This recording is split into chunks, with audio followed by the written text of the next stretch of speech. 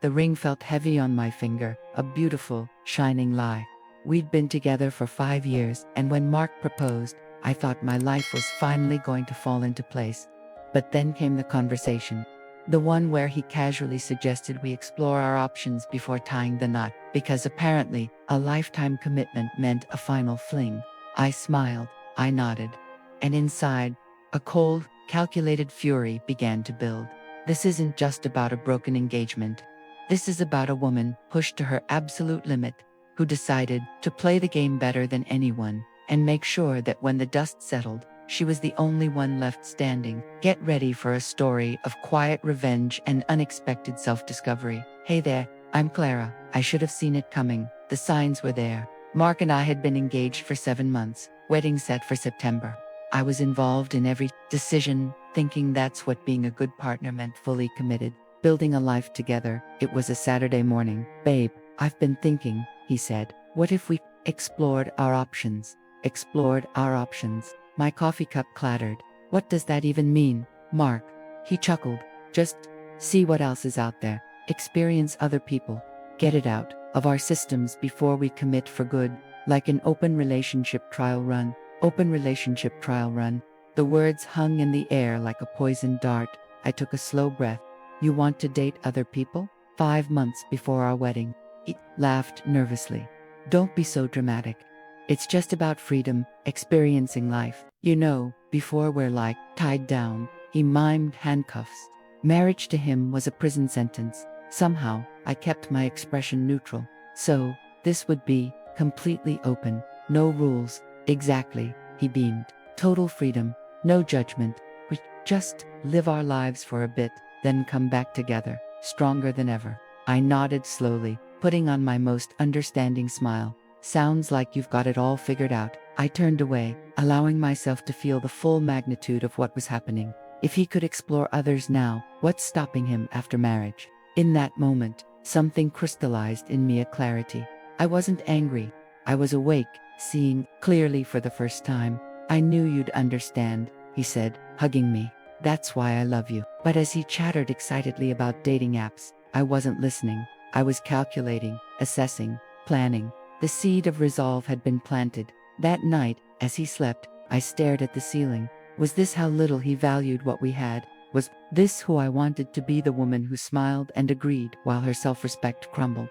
I knew the answers. I just needed to figure out what to do.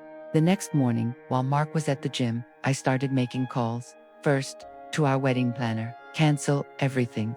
Then, to our landlord, break our lease. Next, a quick search for studio apartments. Mark returned, oblivious.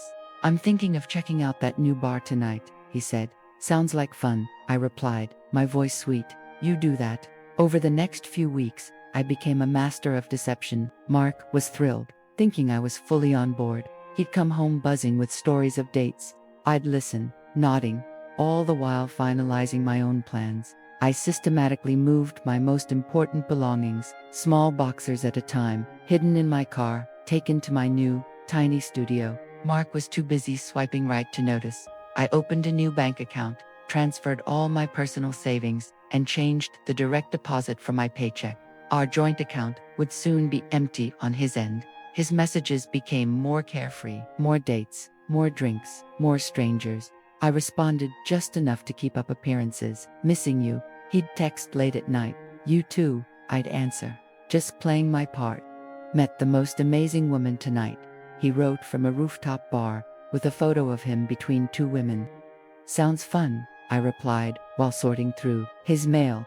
I requested 2 weeks off for late August, the week he expected me to come back to him. Not for a honeymoon preview, but for whatever came next.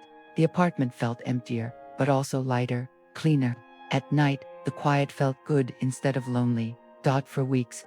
That's how long until he'd come back expecting everything. The venue, the apartment, the fiancé who'd pretend nothing had changed. Instead, he'd find the truth. Not because I wanted revenge, but because I deserved better. Until then, I'd keep sending those fake updates, keep the illusion going, let him enjoy his freedom while it lasted. The taxi dropped Mark at our apartment building. He was exhausted but buzzing with stories. His key didn't work. He tried, again, frantically. He called me, got voicemail. Mrs. Rodriguez from next door hinted. She's been quiet lately. Moving things, I think. 3 hours and countless calls later, I finally texted back, I'll meet you at the corner bistro in 30 minutes. The cafe was mostly empty. I sat at a corner table, my eyes cold and distant. What's going on? He demanded. Why doesn't my key work? And where are all your things? Your belongings are in storage, I said, sliding a key and address across the table. Paid through August. As for my things, they're at my new apartment. Storage, new apartment. What are you talking about? And the wedding? There is no wedding, Mark. The words hit him like a physical blow. What, did you really think I am a doormat without any self-respect to wait around while you toured the dating scene, hooking up with whoever you wanted? My crude language shocked him. It wasn't like that. I just needed space, some experiences before settling down. You know that. We talked about it. We didn't talk about anything, I countered, my voice icy. You informed me of your plans and expected me to accept them. But you did accept them. You've been texting me about wedding plans for 2 months. A small, humorless smile touched my lips. No, I haven't. There are no wedding plans, no vendor meetings, no tastings. I canceled everything the day you left. The moment you proposed your open relationship trial run, I started planning my exit. My moving truck came last week. All those messages, fiction. The room seemed to tilt for him. You lied to me? For 2 months? Who does that? Someone who was lied to first. Explore your options. Get it out of your system. What was that system, Mark? Your desire to be faithful. Your commitment to our relationship. You're twisting my words. I know exactly what you wanted, Mark, and that's fine, but actions have consequences. He looked sick, but the wedding, the deposit. His voice rose. $15,000 for the vineyard, not refundable. That's your problem now, I said calmly. It was in your name. You can't do this. We were getting married. You betrayed me. He was screaming now. I didn't raise my voice. You walked away long before I did. I was just making it official. I was coming back. I always planned to come back. I love you. Tears streamed down his face. If this is love, I said, my voice still calm, I don't want it. Goodbye, Mark. I stood up and walked out. His phone buzzed. His parents were furious, at first with me, until he admitted the full truth about his exploration phase. His father's disappointment was palpable. His mother kept repeating, but what did you expect her to do? His sister was worse. You always mess everything up, Mark. Clara will change her mind, he insisted. She's just punishing me. She'd come around. But when his father called me, my response was simple. Ask him what all he did during his exploration before talking to me. A week later, reality had fully set in for him. He was living in a cramped studio. The vineyard wouldn't refund his deposit. His credit card bills were already arriving. His so-called friends had gone silent. Clara had changed her number. Her friends blocked him. Even mutual friends were keeping their distance.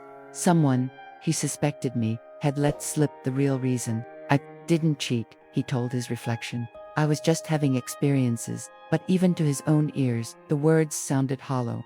The worst part wasn't the debt or losing me. It was knowing that he'd had everything he wanted, a good woman, a beautiful future, security, and he'd thrown it away for what? 2 months of meaningless flirtations. He told himself I was being unreasonable, that if I really loved him, I'd have understood, that my reaction was extreme. But in the quiet moments, a small voice whispered the truth. If our roles were reversed, if I had asked to explore my options, he'd have ended things immediately. He wouldn't have waited months, planning an elaborate reveal. He wouldn't have been so calm. And that was the final humiliation, knowing that even in ending our relationship, I had shown more dignity than he had in trying to preserve it.